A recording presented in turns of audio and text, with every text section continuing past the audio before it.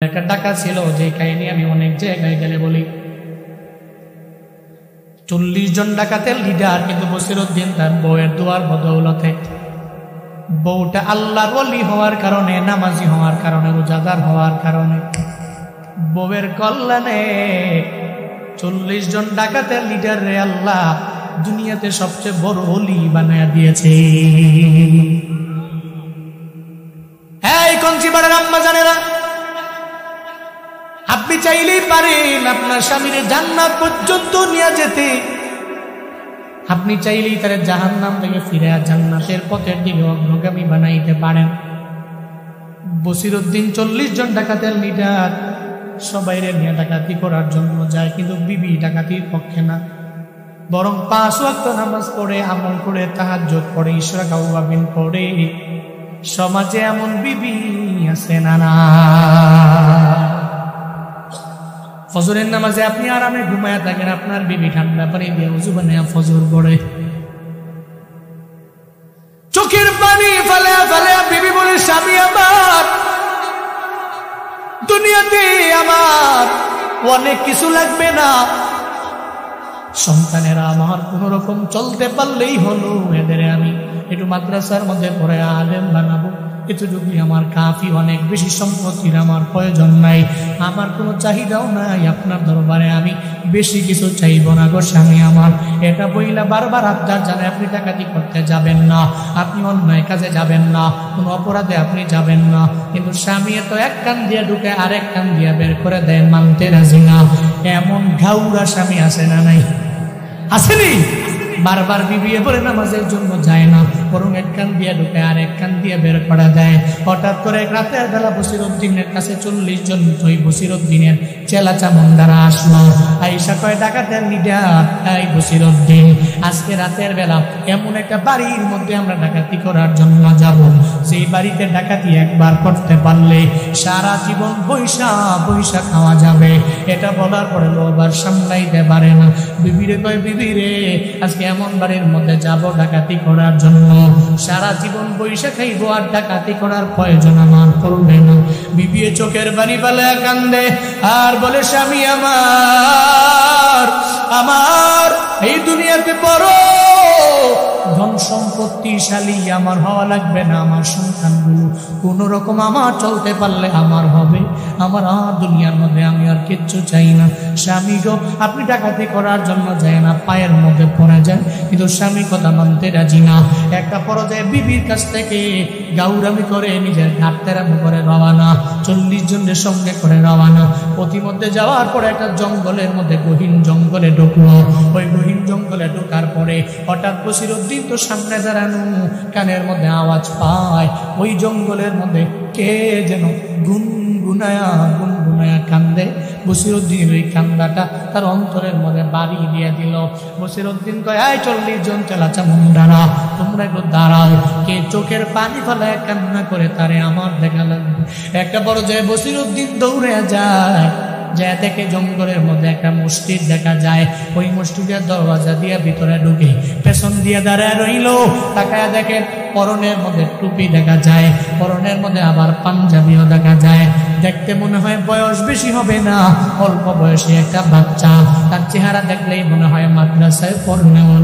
চোখের পানি ফালায়া ফালায়া রবের দরবারে আবদার জানায়, হে মালিক, তুমি আমারে এমন গরিব বানাইছো, এমন এতিম বানাইছো, দুনিয়াতে আমার মাও নাই, আমার বাবাও নাই, আমি বাড়ি গেলে আমার মায়েরে পাই না, আমার বাবারে পাই না, আমি মা বাবা হারা বড় অসহায়।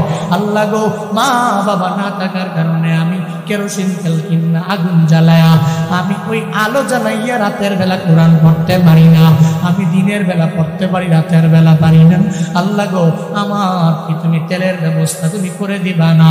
মুমিন যেই বান্দাগুলো আছে রে, এরা দুনিয়ার মানুষের দরবারে সওয়াল করে না, এরা বিপদে পড়লে একজনকে ডাকে, চিন্তা বলেন তার না। চোখের পানি ফেলে ফেলে ওই মাদ্রাসার তালিবে এলেম রবের দরবারে বলে, হে মালিক, ছোটবেলায় আমার মা বাবারে তুমি নিয়ে গেলে, আমার মাও নেই, আমার বাবাও নেই, আল্লাহ গো তুমি চাইলেই আমার তেলের ব্যবস্থা হয়ে যাবে, তুমি আমার জন্য একটু ব্যবস্থা করে দাও না রে আল্লাহ। এটা বলার পরে সঙ্গে সঙ্গে বসিরউদ্দিন পেছনে গিয়া দাঁড়ায় বলে, এই ছেলে, তেল কতটুকু লাগবে তোমার জন্য আমি আইনে দিয়ে দেব। সুবহানাল্লাহ কয় না? 40 জন ডাকাতের লিডার গিয়া বলে, তেল কতটুকু লাগবে তোমার জন্য আমি আনবো। এটা বইলা তার কাছ থেকে বিদায় নিয়ে যখন দৌড় দেয়, বাজারের মধ্যে যায়, রাত 2টা-3টা বাজে, বাজারের দোকান বন্ধ না খোলা? হ্যাঁ, দোকান বন্ধ। তেলের দোকানের দরওয়াজার সামনে গিয়া দরওয়াজার মধ্যে কড়া নাড়ে। এই তেলের দোকানদার, দরওয়াজা ওপেন করে দেখো না কে তোমার দরবারে হাজির হয়েছে। তেলের দোকানদার বলে, গভীর রাত, কে এসেছো? 40 জন ডাকাতের লিডার বসিরউদ্দিন তোমার দরওয়াজার সামনে দাঁড়ানো, দেরি করবা না, দরওয়াজা খুলো না। সন্ত্রাস যদি দরওয়াজার মধ্যে করা নারে, তেলের দোকানদারের মাথা গরম না ঠান্ডা? অবস্থা কি? ঠান্ডাও না গরমও না, মাথা নষ্ট। 40 জন ডাকাতের লিডার আমার দরওয়াজার সামনে দাঁড়ানো, আবার রাত গভীরে, এর মানে উপায় নাই সে সামনে, ঠিক কিনা? দরওয়াজার সামনে দাঁড়ায়, খুল। দরওয়াজা ওপেন করে বলে, বস কি চান? What do you want? কি প্রয়োজন আপনার বস? কারণ ডরে ভয়ে মাঝে মাঝে পুলিশও বস কোন লাগে, ঠিক কিনা? ট্যাকের ড্রাইভাররা দেখবেন সম্মান করে, বস বস, একটু দূরে যায় আর মান নাম দিলে গালি দেয়, ঠিক কিনা? হ্যাঁ, দরওয়াজার সামনে দাঁড়িয়েছিল, বস হোয়াট ডু ইউ ওয়ান্ট? কি চান আপনি? যা চাইবেন দিয়ে দিন। বসিরউদ্দিন সঙ্গে সঙ্গে বলে, আমি চাই 1 কুইন্টাল তেল আমার লাগবে। মনে মনে দোকানদার কয়, 1 কুইন্টাল তেল কেন চাইলে আমি তারে 5 কুইন্টাল দিয়ে দিব, কারণ যদি কথায় বাড়াবাড়ি করি আমার তেলের দোকান আগুন দিয়া জ্বালায়। ও বসিরউদ্দিন, 40 জন ডাকাতের লিডার, ধরেন 1 কুইন্টাল তেল আমি আপনারে দিয়ে দিলাম, ধরেন আপনি নিয়ে যান। বসিরউদ্দিন কয়, দাঁড়া, 1 কুইন্টাল তেলের দাম কত আমারে বলো না। 1 কুইন্টাল তেলের দাম আমি দিয়ে আজকে তোমার কাছ থেকে ক্রয় করে আমি নিয়ে যাব। চিল্লায়া পড়বেন না সুবহানাল্লাহ। দোকানদার মনে মনে ভাবে, বসিরউদ্দিন কি আল্লাহ আল্লাহ হয়ে গেল কিনা, চিন্তায় পড়ে গেলেন নাকি আবার আমার পরীক্ষা করে আমি তার টাকা নিলে আবার আমার দোকান যদি পুড়ে দেয়। বস আপনার দরবারে টাকা লাগবে না, আপনি খালি নিয়ে যান। মনে মনে কয় তারে ভাগাইতে পারলে আমার হয়ে গেল, আমি বাইচা গেলাম। দরওয়াজা বন্ধ করে রাত গভীরে আমার ঘুমায়া যাব। বসিরউদ্দিন কয়, না রে, তোর তেলের কন্টিনের দাম কত আমারে বল, আমি দাম দেওয়ার পরে নিয়ে যাব। একটা পর্যায়ে বারবার বলার পরে একটা পর্যায়ে বসিরউদ্দিন যখন টাকা দেয় সে নিয়ে যায়। এবার ওই বসিরউদ্দিনের তেলের দোকানদার বলে, তেলের কন্টিনটা আমার মাথায় দেন, আমি আপনাকে একটু হেল্প করে নিয়ে সামনে দিয়ে আসি বস। বসিরউদ্দিন কয়, না রে, আমি আর আগের বসিরউদ্দিন নাই। এই তেলের কন্টিনটা তোর মাথায় কেন উঠাবি? এই তেলের কন্টিনটা তুই আমার মাথার মধ্যে নিয়ে দাও, আমি আমার মাথার মধ্যে নিয়ে আমি চলে যাব। আমি একটা হাফেজে কোরআনের মায়ার মধ্যে আমি পড়ে গেছি রে, আমি আর আগের বসিরউদ্দিন নাই রে, আমায় দে রে, আমি মাথার মধ্যে উঠে নিয়ে চলে যাব। এবার আর তেলের দোকানদারের বুঝতে বাকি নাই, বসিরউদ্দিন আর ডাকাত নাই, বসিরউদ্দিনের এতে দিয়েছে একজন, চিল্লা বলেন তার নাম। আল্লাহ পাক মনে হয় হেদায়েত দিয়ে দিয়েছি। বসিরউদ্দিনের মাথার মধ্যে তেলের কন্টেন দিয়ে দেয়। 40 জন ডাকাতের লিডার যে জীবনে কোনোদিন মাল ধরেও না, মাথায় তো দিবে দূরের কথা, কিন্তু একদিন তেলের কন্টেনটা মাথায় নিয়ে গহীন জঙ্গলের মসজিদের মধ্যে যায়। কয়, হাফেজে কুরআন, আমি আগে তোমার খেদমত করতে পারলাম না, দেরি হয়ে গেছে, আমারে মাফ করে দিও। তেলের কন্টিনটা নেও, মাদ্রাসার মধ্যে গিয়া পড়বা, তুমি একা না, সবাই দিয়ে দিবা। আমি গুনাহগারের জন্য দোয়া করিও, আল্লাহ যাতে আমার হিদায়াত দেয়, আল্লাহ যাতে করে আমার ইসলামের লাইনে কবুল করে নেয়, আল্লাহ যাতে আমার দ্বীনের মধ্যে কবুল করে নেয়, তুমি দোয়া করে দিও। হাফেজে কোরআন চোখের পানি ফেলে রবের দরবারে আবদার জানে, আল্লাহ গো আমি বড় এতিম মানুষ, চোখের পানি ফেলে ফেলে আমি কান্না করেছি।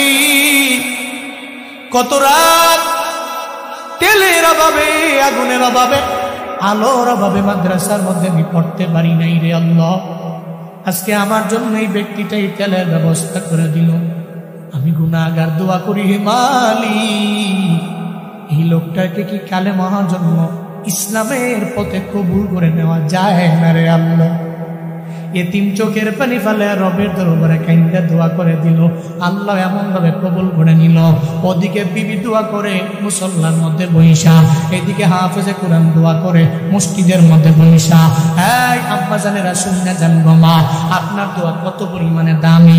একটা পর্যায়ে বসিরউদ্দিন মসজিদ থেকে বের হয়ে চলে গেল জঙ্গলে। 40 জন চারাচা মুন্ডারা বলে বেশি রাত হয়ে গেলে একটা পর্যায়ে ফজর চলে আসবে, আমরা ধনির বাড়িতে গেলে ডাকাতি করা ইম্পসিবল হয়ে যাবে।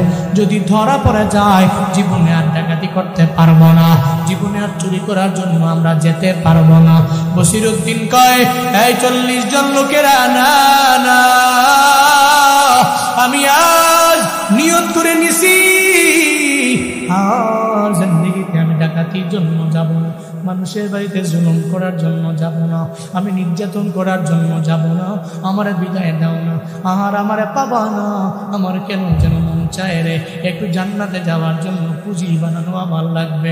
দুনিয়াতে মানুষের হক মাইরা আর কয়েকদিন আমার খাবো আমি, আমারে বিদায় দিয়ে দাও। আর জীবনে কোনোদিন তোমাদের দলের মধ্যে আমারে তোমরা পাবা না। একটা পর্যায়ে বিদায় নেয়। 40 জন চালাচা মুন্ডারা মনে মনে আওয়াজ দেয়, 40 জন সঙ্গীরা আওয়াজ দেয়, বসিরউদ্দিন যদি আমাদের লিডার হইয়া ডাকাতি চাইরা দিতে পারে, আমরাও কেন পারবো না? আমরাও নিয়োগ করে নিলাম, আজকে থেকে অন্যের বাড়িতে ডাকাতির জন্য আমরাও যাব না। বসিরউদ্দিন গহীন জঙ্গল থেকে নিজের বাড়িতে রওনা। যা দেখে বিবি মুসল্লার মধ্যে বৈশা বৈশা রবের দরবারে কান্দে, আল্লাহ আমার স্বামীরে তুমি হিদায়াত নামক দৌলত দিয়া দাও। বিবি চোখের পানি ফেলে কান্না করে। একটা পর্যায়ে বসিরউদ্দিন দরওয়াজা দিয়ে ঢুকে, তাকায় দেখে বিবি কান্দে। কয়, বিবি আমার তোমার কান্দা লাগবে না, আমি চলে আসলাম।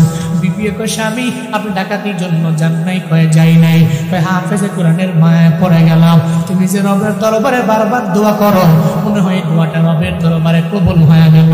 আমি নিয়ত করে নিলাম জীবনে আর কোনোদিন আমি অন্যায় করব না, আমি অপরাধের কাজে নিযুক্ত হব না, আমি মানুষের বাড়ি জুলুম করব না, আমি নির্যাতন করব না। বিবি রে আমারে নিয়ে যাও জমানার শ্রেষ্ঠ নিয়ে কামেল হাসান বসরির দরবারে আমার একটু নিয়ে যাও না। তখন বিবি বসিরউদ্দিনে লইয়া হাসান বসরির দরবার পর্যন্ত নিয়ে যায়। হাসান বসরি যাওয়ার পরে হাসান বসরিকে বিবি বলে, আপনার দরবারে থাকবে, আপনার কাছে বায়াত গ্রহণ করবে, আজকে থেকে নামাজ ছাড়বে না, সে নেক আমল ছাড়বে না, অন্যায় করবে না, জুলুম করবে না, নির্যাতন করবে না। হাসান বসরি কয়, এই তোমারে মনে হয় কোন জায়গার মধ্যে আমি দেখলাম। কয়, না না, মানুষের মতো মানুষ হয় মনে হয়, অন্য মানুষের দেখলেন। হাসান বসরি কয়, না রে, মনে হয় তোমার চেহারাটা আমার কাছে বড্ড পরিচিত পরিচিত মনে হয়। একটা বড় যায় মনে পড়ে যায়। হাসান বসরি কয়, বসিরউদ্দিন, ও বসিরউদ্দিনের স্ত্রী, চিন্তা কইরো না, টেনশন কইরো না, আমার দরবারে বায়াত করা লাগবে না, আমার দরবারে থাকা লাগবে না। এই যে গতকালকে রাতের বেলা আল্লাহ পাক রব্বুল আলামিন আমার স্বপ্ন যুগে বারবার বারবার দেখাইছে, এলাকার মধ্যে নাকি 40 জন ডাকাতের একজন লিডার আছে, তার নাম নাকি বসিরউদ্দিন। স্বপ্ন যুগে আল্লাহ দেখা দিছে রে, আল্লাহ তার জিন্দেগির গুনাহ মাফ কইরা জামানার শ্রেষ্ঠ ওলি তারে বানায় দিয়েছে। প্রতি বছর তো হেলায় হেলায় দুলায় দুলায় রমজানটা তোমার দরবার থেকে পার হয়ে গেল। দেখবেন প্রতি বছর বলে আমি 2021 সালে রাখি নাই, 22 সালে রাখবো, 22 সালে রোজা রাখি না 23 সালে রাখবো, আমি 23 সালে রাখি না 24 সালে রাখবো, একটা পর্যায়ে 25 সালেও রাখবে না, কয় 26 সালেও রাখবো। রমজান মাসে দেখবেন বিভিন্ন বাজারের মধ্যে দোকানপাট খোলা থাকে, কোন দোকান? কয় হোটেল রেস্তোরাঁ। দেখবেন আবার পর্দা টানাইয়া লেখে রাখে এখানে সেফটির সাথে নিরাপত্তার সাথে খাওয়ানো হয়, সকাল থেকে নিয়ে বিকাল পর্যন্ত, আসর পর্যন্ত। যেই হোটেলগুলো খোলা থাকে ওই হোটেলের মধ্যে হিন্দু যায় না, খ্রিস্টান যায় না, বৌদ্ধ যায় না, ওখানে তো যায় আমার মুসলমানের সন্তানেরা। এই গাইবান্ধা ফুলচুরির কুঞ্চিপাড়ার ইউনিয়নের মাতবরেরা নিয়ত করে নেন, আপনার বাজারের মধ্যে নিয়ত করে নেন কোন হোটেল রেস্তোরাঁ দিনের বেলা খোলা থাকতে পারে না। আপনি জানিয়ে দেন আমার এলাকার কোন ছেলে রমজান মাসে দিনের বেলা যদি রোজা না রাখে ঈদের নামাজে যেতে পারবে না, ঈদের নামাজের আগে শরীয়তের বিচার হবে, এরপরে ঈদের নামাজে যাবে, ঠিক কিনা? তারের মতো সোজা হয়ে যাবে। এই পাবলিক, ঈদের নামাজে দামি দামি পাঞ্জাবি কিনেছো, ঈদের নামাজের জন্য গাইবান্ধায় গিয়েছো, দামি কাপড় কিনলা, দামি পাঞ্জাবি কিনলা, দামি পায়জামা বানাইলা, দামি লুঙ্গি কিনলা, দামি টুপি পরলা, কিন্তু রমজানের 20টা রাখলা, 10টা রাখলা না। আল্লাহর কসম করে বলে যায় তোমার মতো ব্যক্তির জন্য ঈদুল ফিতর না, ঈদুল ফিতর তো ওই বান্দার জন্য যে 30টা রোজা রাখে, ঈদের ময়দানে যায়, ঠিক কিনা? তোমার জন্য ঈদ না, তুমি তো 20টা রাখছো, 10টা রাখো নাই, তুমি তো বেরোজা দাও। যদি এতই মন চায় তাহলে তুমি হোটেল রেস্তোরাঁয় না খায় নিজের ঘরের মধ্যে খাও, তোমার মায়ে দেখুক, বাবায় দেখুক, আর নয় পুকুরের মধ্যে ডুব দিয়া পানি খাও, অথবা গোপনে গোপনে যে খাও। তুমি মনে রাখবা ইমাম দেখে না, খতিব দেখে না, মাতবর দেখে না, একজন তো দেখে, চিন্তা বলেন তার না। দুনিয়ার কেউ দেখে না, কে দেখে না? পড়ছে কেন?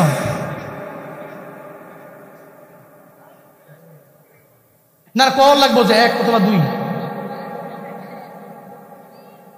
দুনিয়ার কেউ দেখে না, কে দেখে? কথা কয় না। এক বুজুর্গ 2টা মুড়ি ডাইকা, 2টা মুড়িদের হাতের মধ্যে 2টা মুরগি দিয়া দিলেন। বুজুর্গ বলে, ও মুরিদ, 2টা মুরগি নিয়ে যাও, এমন জায়গায় জবাই করো বা যেই জায়গায় কেউ তোমাদের দেখে না।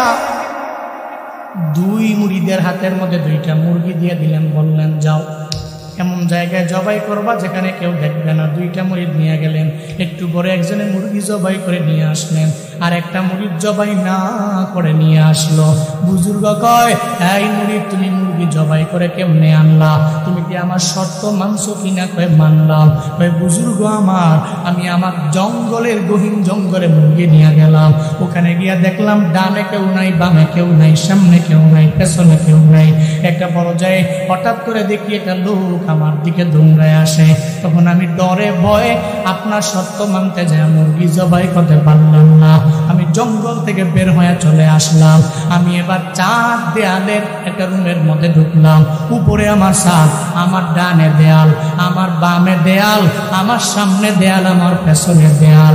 আমি ওই রুমের মধ্যে চিন্তা ভাবনা করতে লাগলাম, আমার মা দেখে না, আমার বাবা দেখে না, দুনিয়ার কেউ আমারে দেখে না। আমি ওই জায়গার মধ্যে মুরগিটাকে সঙ্গে সঙ্গে জবাই করে ফেললাম। এরপরে শর্ত মাইনা মুরগি জবাই করে আপনার দরবারে হাজির করে দিল। বুজুর্গ কয়, এই মুরিদ, তুমি মুরগি জবাই কেন করলা না? কেন তুমি কি শর্তে মানতে পারো নাই? ওই বুজুর্গই কথা বলার পরে মুরিদ বলে, আপনার কাছ থেকে মুরগিটি নিয়ে আমি জঙ্গলের মধ্যে গেলাম, আমার কেউ দেখে না, কিন্তু আমার আল্লাহ তো আমার তাকায় তাকায় দেখতেছে। আমি ওই মুরগি নিয়ে গেলাম আমার বাড়ি। আমি বাড়িতে যাইয়া দরওয়াজা লাগাইয়া, আমার ডানে আমার বিল্ডিং এর দেয়াল, আমার বামে বিল্ডিং এর দেয়াল, আমার সামনে বিল্ডিং এর দেয়াল, আমার পেছনে বিল্ডিং এর দেয়াল, আমার উপরে ছাদ। আমার মাও দেখে না, আমার বাবাও দেখে না, কেউ আমারে দেখে না। তবে ওই বিল্ডিং এর ভিতরে ঢোকার পরে আমি তাকায় দেখি আসমানের রব মালিক আমার দিকে তাকায় আছে, আমারে দেখতেছে, আমারে বারবার ডাকে।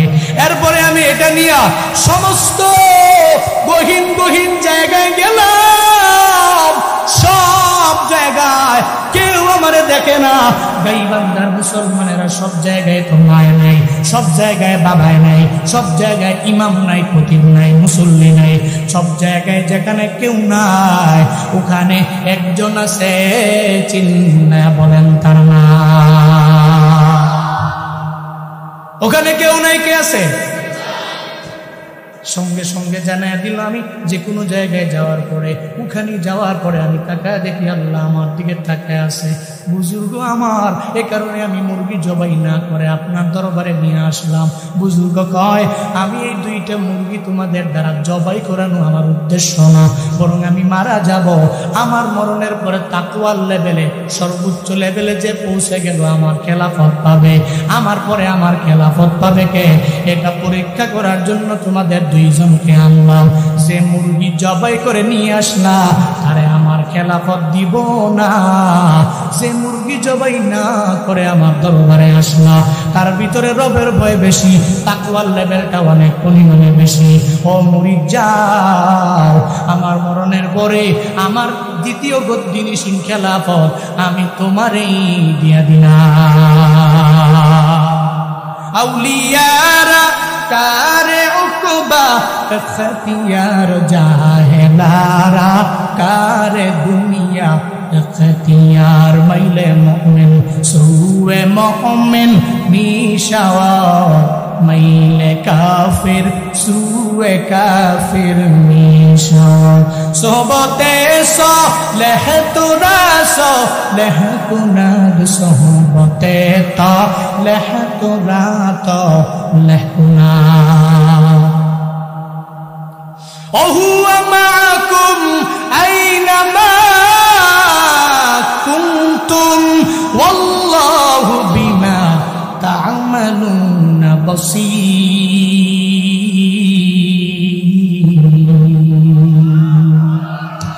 আল্লাহ পাক বলেন, ওহুয়া মাকুম, কোন দিকে দৌড়াইতেছো?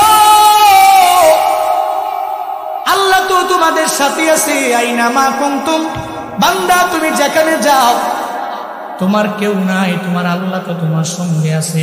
আল্লাহু বিমা তা'মালুনা বাসীর, আল্লাহ কুদরতি চক্ষু দিয়া বান্দা তোমার সমস্ত আমলের ব্যাপারে দেখে, সমস্ত আমলের ব্যাপারে জানে। কেউ দেখে না। এই মিশনটা নিয়ে বান্দা বাড়ির মধ্যে যাও। যদি এই মিশনটা নিয়ে বাড়ির মধ্যে যেতে পারো, যে রমজানের কারণে তোমার দাম আল্লাহর দরবারে বেশি, এই মিশনটা নিয়ে যদি রমজানের 30টা রোজা রাখতে পারেন, আল্লাহর কসম করে বলে যায় আপনি শ্রেষ্ঠ মানুষ, মৃত্যু পর্যন্ত আপনার দাম রবের দরবারে থাকবে। আপনি শ্রেষ্ঠ মানুষ, আপনি দামি মানুষ, আপনি মর্যাদাপূর্ণ মানুষ। দুনিয়ার মানুষেরও আপনার দাম দিবে, দুনিয়ার মানুষেরও আপনার সম্মান দিবে, দুনিয়ার মানুষের কাছে আপনার মর্যাদা বেড়ে যাবে। কপাল পোড়া মুসলমানেরা, এই আজকে এই বয়ানের মধ্যে আমার সাথে ওয়াদা করে বাড়ি যাও। রমজানের 30টা রোজা কারা কারা রাখবেন? জুনায়েদ আল হাবিবের না, আল্লাহকে দেখানোর জন্য 2টা হাত তুলেন রে বা আল্লাহ। প্রত্যেকটা মানুষকে রমজান পর্যন্ত হায়াত বাড়ায়া 30টা রোজা রাখার তৌফিক প্রত্যেককে আপনি দান করেন। সকলে বলি আমিন। আরো জোরে বলেন আমিন। রমজান দামি মাস, এই দামি মাসের কারণে আমরাও দামি। এই রমজানের জন্য আমাকে কাজ কি? কিছু প্রস্তুতি নেওয়া লাগবে। কি নেওয়া লাগবে? প্রস্তুতি। প্রস্তুতি খালি মনে করছে আমরাই নেই না, জান্নাতের মধ্যেও, জাহান্নামের মধ্যেও, আসমানের মধ্যেও সমস্ত আসমানবাসীরা আল্লাহ সহকারে নিজে এই রমজানের জন্য প্রস্তুতি গ্রহণ করে।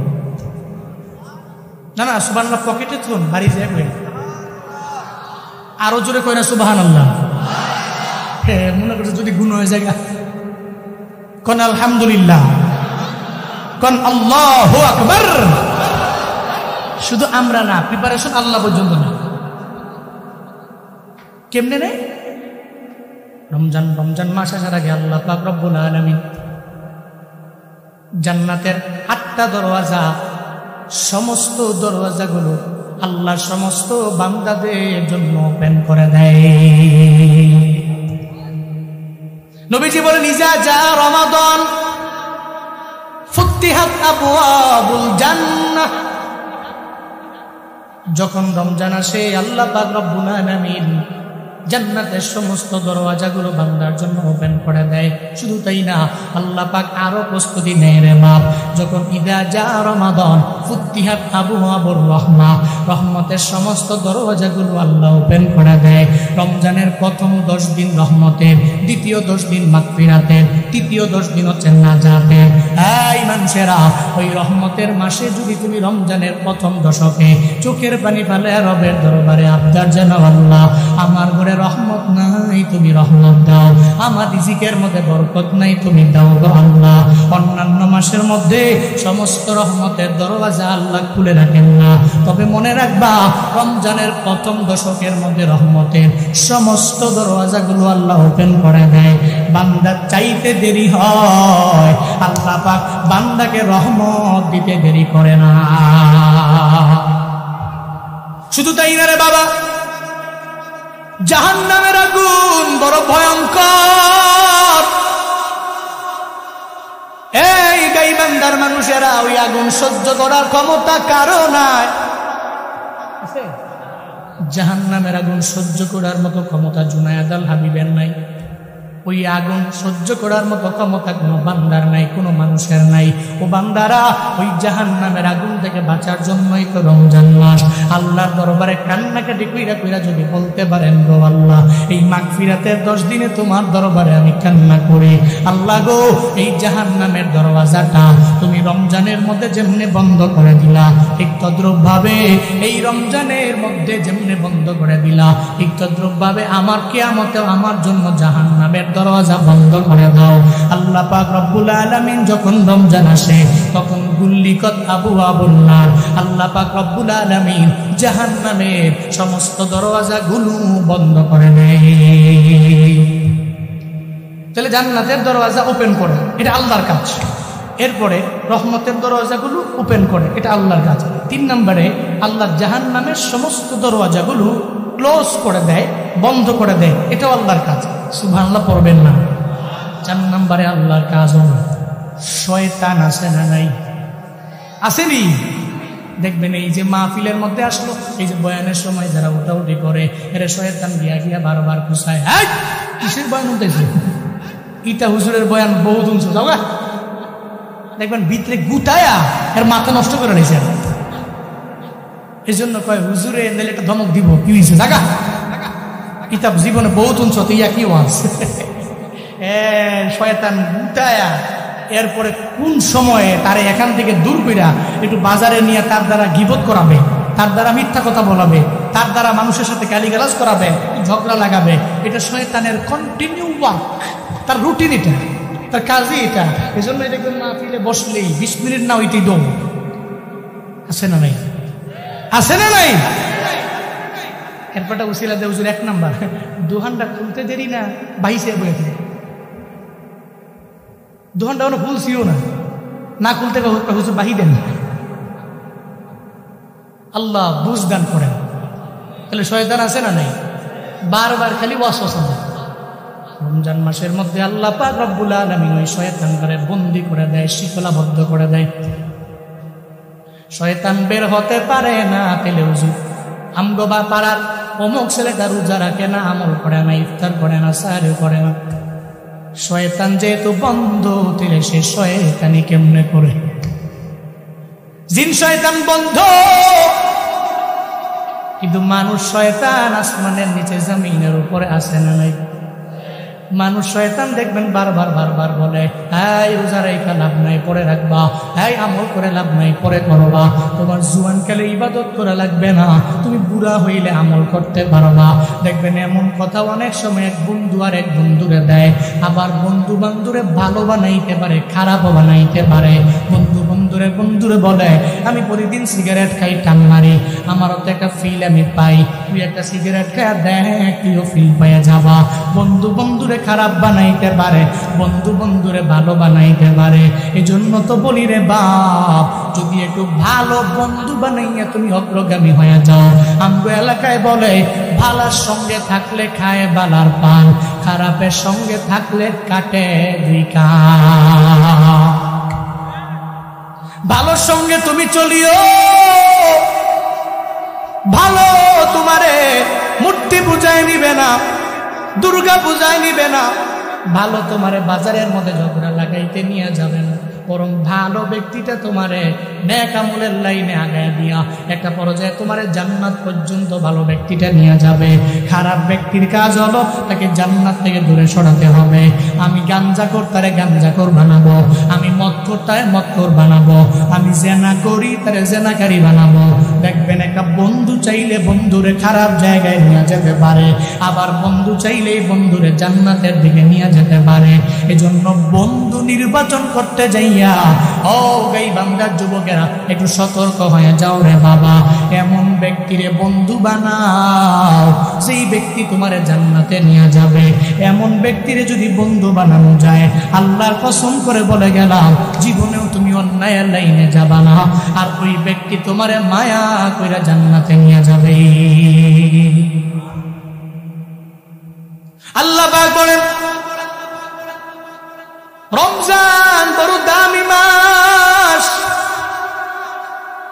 শয়তান শিকলাবদ্ধ। মদিনাওয়ালা নবী বলেন, সুলসিলাতিশ শায়াতিন। আল্লাহ পাক রব্বুল আলামিন রমজানে শয়তান তারে শিকলাবদ্ধ করে দেয়। শয়তান নড়তেও পারে না, চড়তেও পারে না, যাইতে পারে না, হাঁটতে পারে না। ও আল্লাহর বান্দারা, আল্লাহ পাক রব্বুল আলামিন এভাবে আরেকটা 5 নম্বরে আল্লাহ একটা কাজ করে। ওই রমজান মাস শুরু হইতে দেরি আল্লাহ পাক একজন ডাকনেওয়ালা ফেরেশতা দিয়া দেয়। সে শুধু বারবার বারবার বারবার ডাকতে থাকে। ওয়ায়ুনাদি মুনাদিন, একটা ডাকনেওয়ালা বারবার বারবার ডাকে, এই নেক আমল করনেওয়ালারা, ইয়া বাগিয়াল খাইর আকবিল, এই নেক আমল করনেওয়ালারা অগ্রসর হয়ে যাও। বারবার বলতে থাকে, ইয়া বাগিয়াশ শার আকসির, এই গুনাহ করনেওয়ালারা থেমে যাও, কারণ রমজানে অন্যায় করতে পারো না, গুনাহ করতে পারো না, কবিরা গুনাহ করতে পারো না। 11 মাস অন্যায় করেছো, এই মাসটা বাদ দাও। 11 মাস জেনা করেছো, এই মাসে বাদ দাও। 11 মাস মিথ্যা বললা, এই মাসে বাদ দাও। 11 মাস তুমি চুগলখুরি করলা, এই মাসে বাদ দাও। 11 মাস ঝগড়া করলা, এই মাসে বাদ দাও। 11 মাস জেনা করলা, এই মাসে বাদ দাও। 11 মাস গালিগালাজ করলা, এই মাসে বাদ দাও। 11 মাস ওজনে কম দিলা, এই মাসে অন্তত পক্ষে বাদ দিয়া দাও। বারবার বারবার ফেরেশতা ডাকে আর বলতে থাকে, ইয়া বাগিয়াল খাইর আকবিল, ইয়া বাগিয়াশ শাররি আকসির, এই পুণ্য করনেওয়ালা তুমি আগে যাও, আর গুনাহ করনেওয়ালা থেমে যাও। আকবিল আকসির, আমরা হাজার মারুফের সিগা দিয়ে সে বারবার আদেশ করে, ইয়া বাগিয়াল খাইর, এই পুণ্য করনেওয়ালারা আকবিল, খালি অগ্রগামী হও। ইয়া বাগিয়াশ শার, এই গুনাহ করনেওয়ালারা আকসির, তুমি এনে থেমে যাও, তুমি সামনে অগ্রগামী হতে পারবে। আল্লাহ পাক এই 5টা প্রস্তুতি আল্লাহ নিজে নেয়। তা আল্লাহ যে এই জায়গায় নেয়, আমগো প্রস্তুতি নেওয়ার দরকার আছে না নাই? কথা বলো না কেন? আছে না নাই? এই প্রিপারেশনটা নবী নিতেন রজব মাস থেকে। সুবহানাল্লাহ পড়বেন না? এমনকি সাহাবায়ে কেরামেরা এই প্রিপারেশন নিতেন 6 মাস আগে থেকে। তারা আল্লাহর কাছে বলতেন, আল্লাহ রমজান না দেখায় আমাদের তুমি মরণ দিও। আমরাও দোয়া করি, আল্লাহ কয়টা দিন বাকি আছে রমজানের, 11 মাস বেঁচে থেকে কি লাভ যদি রমজানটাই না পাই। আল্লাহ এই সমস্ত মানুষগুলোরে তুমি রমজান দেখায়ও, মরণ নসিবে থাকলে রমজানেই মরণ দিও। সকলে পড়ি আমিন। আরো জোরে বলেন আমিন। আল্লাহুম্মা বারিক লানা ফি রজব ওয়া শাবান ওয়া বাল্লিগনা রমাদান। আল্লাহর কাছে বারবার বারবার বান্দা দোয়া করা লাগবে, আল্লাহ গো রজব শাবানে বরকত বানায় দাও, রমজান পর্যন্ত তুমি আমাদের পৌঁছায় দাও রে আল্লাহ। আল্লাহর কাছে বলো যাতে মরণ না দেয়। মনে রাখবেন রে বাবা, এই রমজানের মধ্যে আমাদের কাজ হবে কি, প্রিপারেশন হবে কি রমজান আসার আগে। 1 নম্বরে প্রস্তুতি নিয়ে নিবেন। প্রস্তুতি একটা বার্তা সবারে দিয়ে দিবেন যে রমজান চলে আসতে গুছায় নাও। এই সব গুছাইয়া রমজান মাসের মধ্যে বারবার তুমি তো আমলের মাত্রা বাড়াবা, নামাজের মাত্রা বাড়াবা, নফল ইবাদতের মাত্রা বাড়াইবা। 2 নম্বরে রমজান আসার আগে প্রস্তুতি কেমন নেওয়া লাগবে জানেননি? নবীজি জানাইয়া দিলেন আহসু হিলালা শাবান আলি রমাদান, শাবান মাস থেকে তুমি গণনা করতে থাকো কবে শেষ হবে, কবে রমজান শুরু হবে। ওই লাইলাতুল বারাতের পরে শাবান আজকে কয় তারিখ এই চিন্তা করেন, কালকে কয় তারিখ হবে, এরপরের দিন কয় তারিখ হবে, এরপরের দিন কয় তারিখ হবে, এই চিন্তা নিয়ে যদি আগাইতে পারেন রমজান পর্যন্ত আল্লাহ আপনারে পৌঁছায় দিবে। শুধু তাই না রে বাবা, 3 নম্বরে প্রস্তুতিটা কেমন হয়ে যাবে। মদিনাওয়ালা নবী বলেন লা তাকদ্দামু রমাদান বিসাওমি ইয়াউমিন ওয়ালা ইয়াউমাইন। এই উম্মতেরা রমজান মাসের আগের প্রথম 1 দিন 2 দিন রোজা রাখতে পারবা না। এর মানে শাবানের সব দিন রোজা রাখলেও রমজানের আগের দিন রোজা রাখা যাবে না, রমজানের 2 দিন আগে রোজা রাখা যাবে না। কারণ রমজানে রোজা রাখতে হলে তোমার শক্তির বড় প্রয়োজন। একটু শক্তিটাকে ঘাটতিটা পূরণ হয়ে যায়, তুমি 2 দিন 3 দিন রোজা না রাখা রমজানের জন্য ওয়েটিং এ থাকো, অপেক্ষমান থাকো। আল্লাহকে বলো হে মালিক, আমি 2 দিন রোজা রাখলাম না, রমজানের জন্য আমি প্রস্তুতি নিয়ে নিলাম। আল্লাহর কসম করে বলি, এই 2 দিন রোজা না রাইখা যদি রমজানের প্রথম রোজাটা রাইখা আল্লাহকে ডাকতে পারেন, মদিনাওয়ালা নবী বলেন রমজানের জন্য পরিপূর্ণ প্রস্তুতি আপনি নিয়েছেন বলে রবের দরবারে পরিগণিত হয়ে যাবে। সুবহানাল্লাহ। রমজানের জন্য প্রস্তুতি, শুধু তাই না, রমজানের মধ্যে শ্রমিক যারা আছে ওই শ্রমিকদেরকে, লেবারদেরকে এদের কাজের ব্যাপারে অনেক বেশি চাপ সৃষ্টি করে দেওয়া যাবে না। মদিনাওয়ালা নবী জানায়া দেয় উম্মতেরা রমজান মাসে যদি কেউ একটা শ্রমিককে তার কাজের বোঝাটাকে যদি হালকা করে দেয়, ওই কাজের বোঝাটাকে যদি বাড়ায় না দেয়, আল্লাহ পাক রব্বুল আলামিন তার জিন্দেগীর সমস্ত গুনাহগুলোকে মাফ কইরা আল্লাহ তার জাহান্নামের আযাব থেকে মুক্ত করে দেয়। এই প্রিপারেশন, প্রথমে প্রস্তুতি বার্তা, এরপরে দ্বিতীয়ত শাবান মাসকে গণনা করা, হিলালা শাবান লি রমাদান, রমজানের জন্য শাবানের যে চাঁদ, এই চাঁদকে গণনা করা, অপেক্ষায় থাকা যে রমজান কবে আসবে কবে আসবে কবে আসবে।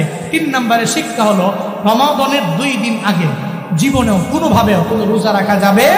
আমার মা বোনেরা, আপনারা তো রোজার ব্যাপারে অনেক অগ্রগামী, আমি মা বোনদেরকে বলি রোজা রাখেন জীবনে বহু, অন্তত পক্ষে রমজানের আগের 1-2 দিন 3-4 দিন 5 দিন কোনো রোজা রাখবেন না, বরং রমজানের জন্য শক্তি সঞ্চার করেন, যাতে করে এই ফরজ রোজাগুলো আপনি ইতমিনানের সাথে, তাকওয়ার সাথে, একনিষ্ঠতার সাথে অন্তত পক্ষে এই রমজানের রোজাগুলো রাখতে পারেন। আল্লাহ আমাদের সবাইকে তৌফিক দান করেন, সকলে বলি আমিন। আরো জোরে চিল্লায় বলেন আমিন। রমজানের কারণে আমরা দামি না কম দামি? 1 নম্বরে কি যেন বলে না, 2 নম্বর উড়ান, সুবহানাল্লাহ, 3 নম্বর কি রমজান। এবার 4 নম্বর হচ্ছে সাইয়্যিদুল লায়ালি।